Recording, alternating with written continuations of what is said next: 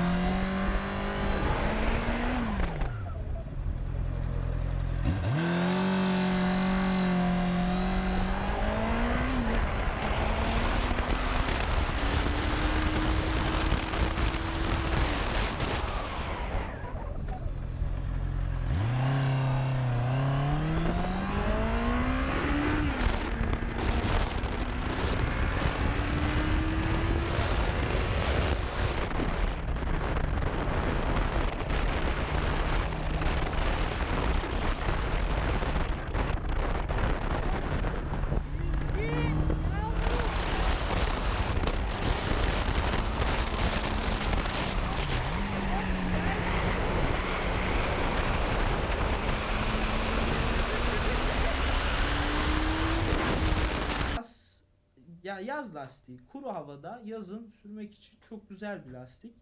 İşte ıslak şeyinde denedikçe yorum yaparım, eklerim. Yani bence Avrupalı rakiplerine göre oldukça güzel bir lastik olduğunu düşünüyorum. Videolarda da herhalde görürsünüz yani neyin ne kadar tuttuğunu, ne kadar gittiğini.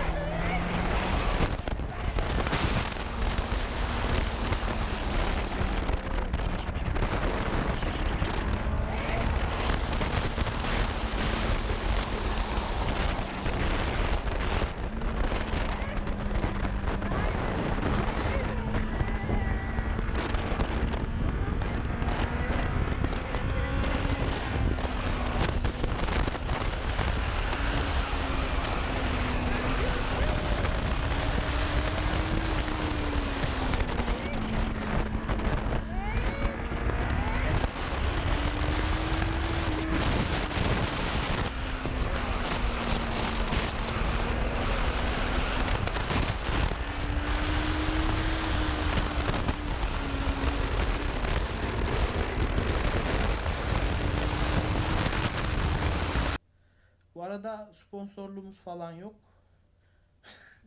Çünkü bana niye sponsor olsun ki Anlas yani. Ben kimim, Anlas kim? Adamlar zengin. Neyse yani eğer düşünüyorsanız Anlas Türk malı, Avrupalılarına göre yarı fiyatı var. 2 sene garantisi var. Yani bir sıkıntı çıkarsa verin abi, size sıfır lastik yollasınlar.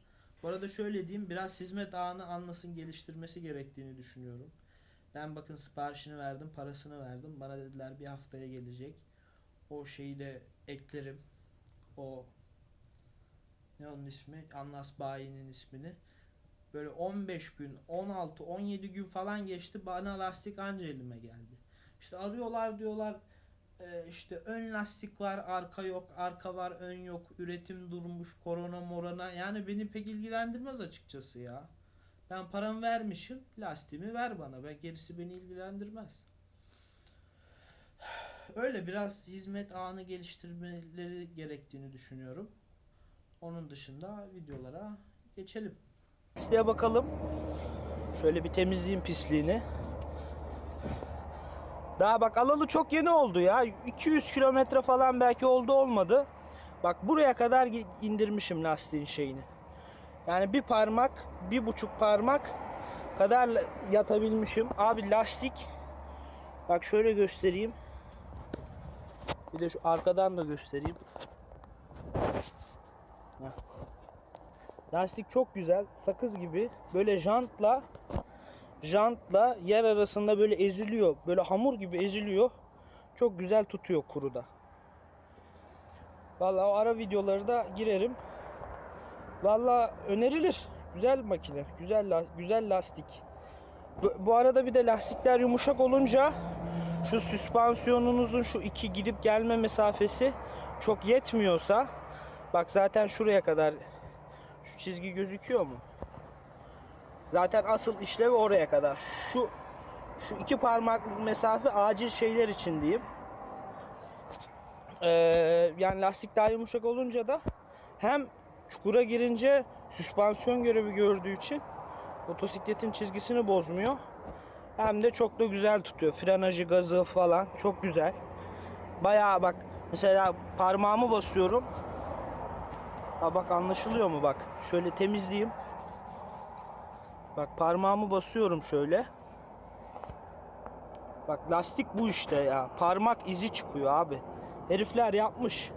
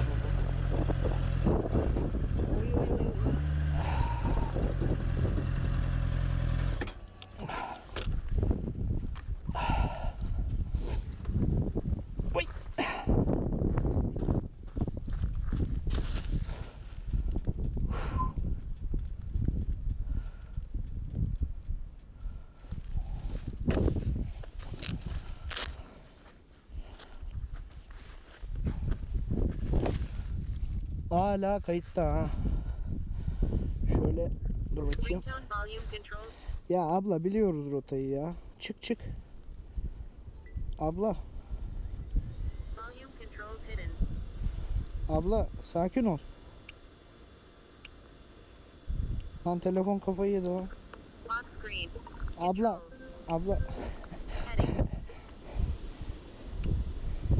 Screen off. Default. Screen 1. Device unlocked. Overview. Button. Home. Abla ben görme engelli değilim ya. Camera. Hey Allah'ım senin.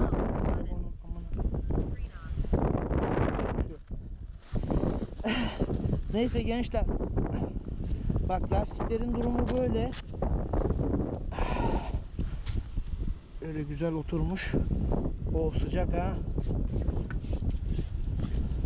Bak buraya kadar gelmişiz lastiği. Şuraya kadar gelmişiz. Ama abi lastik güzel. Lastik vallahi güzel. Güzel. Sıcak. Arka taraf nasıl? Bak arkada da buraya kadar gelmişiz. Of yapış yapış lan.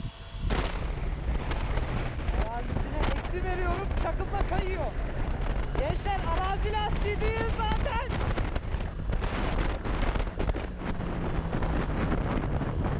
Asfalt lastiği.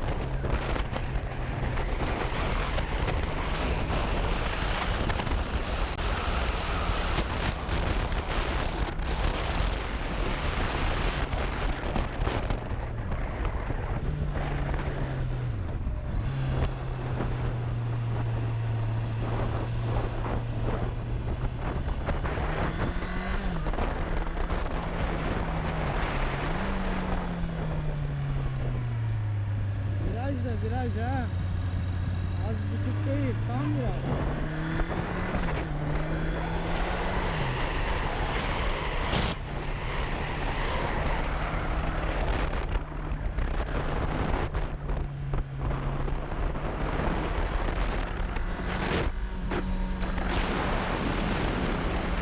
Koyuyorum freni. Koy baba. Hop hop. Abi makine güzel ya. Abi lastik çok güzel. Vallahi motora bindiğinizi anlarsınız. Öneriyorum. Islah bilmiyorum. Islah daha denk gelmedik ama bu yol çok ıslak değil. Kuru sayılır. Hava 10-15 derece civarında. Eze eze. Bak şimdi göstereyim. Hop. Böyle fren yaparsanız baba, lastik ön taraf hiç cıvkımıyor, hiç kendini bozmuyor. Lastik böyle nasıl diyeyim, sakız gibi eziliyor jantla yol arasında ve 10 numara stabilite sağlıyor. Motosiklet bak şimdi çizgisine bak.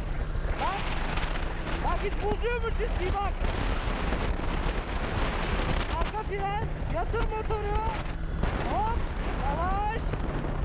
Bir vites düşürelim. Görmüyorum. Gördüm, açıyorum. Hiç sıfır kayma. 10 numara.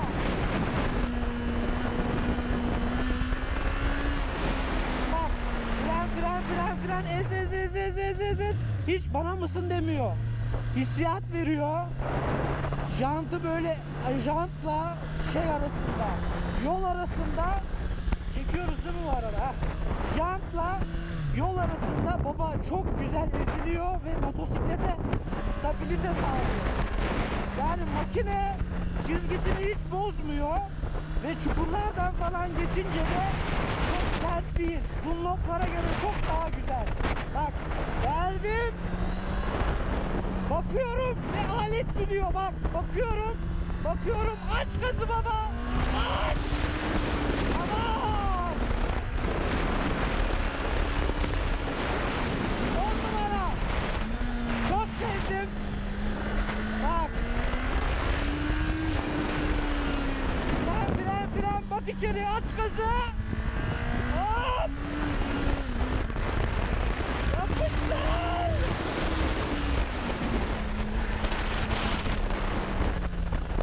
Abi patlamayalım. Hop. Abi lastik budur.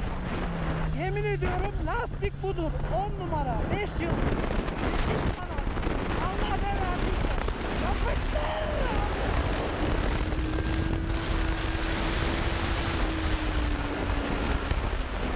Yapıştır. Şimdi mi?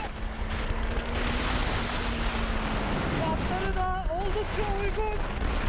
Baba. Atlas Viento Sport hoşumuza gitti. Beğendik. Valla 10 numara motor sürdüğünüzü anlarsınız. Artık bizden de